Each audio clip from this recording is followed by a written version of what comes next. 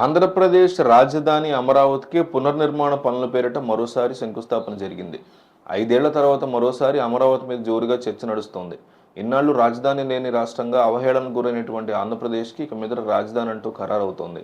అమరావతి రాజధాని పనుల పునఃప్రారంభానికి నరేంద్ర మోడీ శ్రీకారం చుట్టారు.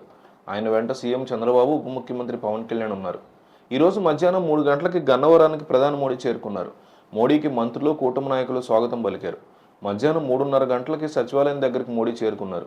హెలీప్యాడ్ దగ్గర స్వాగతం పలికారు చంద్రబాబు, పవన్ కళ్యాణ్. మధ్యాహ్నం 3:30 గంటలకి సభాస్థలికి నరేంద్ర మోడీ చేరుకుని ఆ తర్వాత పలు ప్రాజెక్టులకి శంకుస్థాపన చేశారు. ఆ తర్వాత నరేంద్ర మోడీ కీలక ప్రసంగం చేశారు.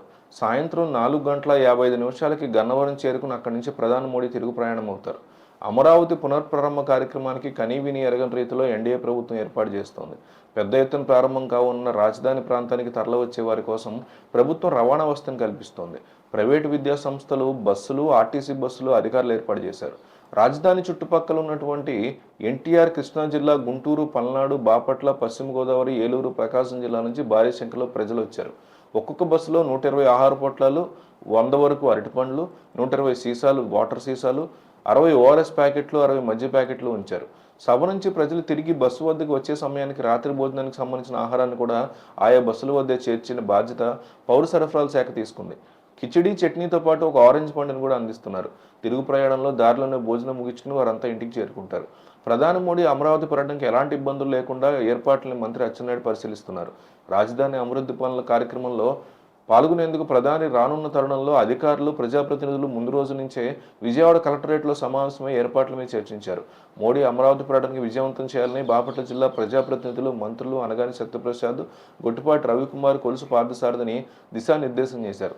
అయితే నరేంద్ర మోడీ మాట్లాడుతున్నటువంటి స్పీచ్ విషయంలో మాత్రం చంద్రబాబు పేరు అనేకసార్లు ప్రస్తావించారు. ఆంధ్రప్రదేశ్ యొక్క భవిష్యత్తుని తీర్చిదిద్దగలిగేది, బెటర్ చేయగలిగేది, బెస్ట్ చేయగలిగేది విజనరీగా ఉన్నటువంటి నాయకుడు చంద్రబాబునంటూ ఆయన యొక్క అభిప్రాయాన్ని చాలా తేటతెల్లంగా, చాలా క్లియర్ కట్గా నరేంద్ర మోడీ చెప్పేటువంటి ప్రయత్నం చేశారు. గతంలో మాట ఇచ్చారు, మరి ఆ మాటల గురించి ఏమైంది?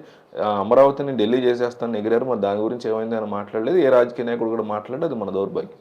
అయితే ఈ 10 ఏళ్లలో జరిగినటువంటి ఇన్సిడెంట్స్, ఎస్పెషల్లీ గత 5 సంవత్సరాల్లో జరిగినటువంటి విషయాలు, గత 5 సంవత్సరాల్లో జరిగినటువంటి అభివృద్ధి జరగలేదని ఫీల్ అవుతున్నారు టీడీపీ వాళ్ళు, ఆ కూటమి వాళ్ళు అదే ఫీల్ అవుతున్నారు. అదే అంశాన్ని కూడా నరేంద్ర మోడీ ప్రస్తావించారు. గత 5 సంవత్సరాల్లో రాష్ట్రం నాశనం అయిపోయిందని, ఆంధ్రప్రదేశ్ లిక్కర్ స్కామ్ విషయంలో చాలా దారుణంగా కూరుకుందని, వీటన్నిటి నుంచి కాపాడగలిగింది చంద్రబాబేనంటూ ఆయన మాట్లాడడం, ఆ మాట్లాడిన వెంటనే జనం యొక్క రియాక్షన్ చూస్తే అమరావతిలో కేవలం నరేంద్ర మోడీ, చంద్రబాబు పేరు ఎత్తగానే అక్కడ ఉన్నటువంటి రియాక్షన్ చూస్తే చాలామంది టీడీపీ అభిమానులు చెప్తున్న మాట ఏంటంటే, మాకు బాహుబలి సీన్ అయితే రిపీట్ అయినట్టు అనిపిస్తుంది. ఇంటర్వెల్ బ్యాంక్లో వేరే వాళ్ళకి పట్టాభిషేకం చేస్తుంటే రాణాకి, ప్రభాస్కి హైలైట్ అవుతారు కదా, సో సేనాధిపతిగా ప్రమాణ స్వీకారం చేస్తున్నారు. ఆ సీన్ గుర్తొచ్చింది మాకు అనేసి చాలామంది అనడం జరిగింది. మీకేమనిపించింది ఈ స్పీచ్ చూసిన తర్వాత? కామెంట్ చేయండి.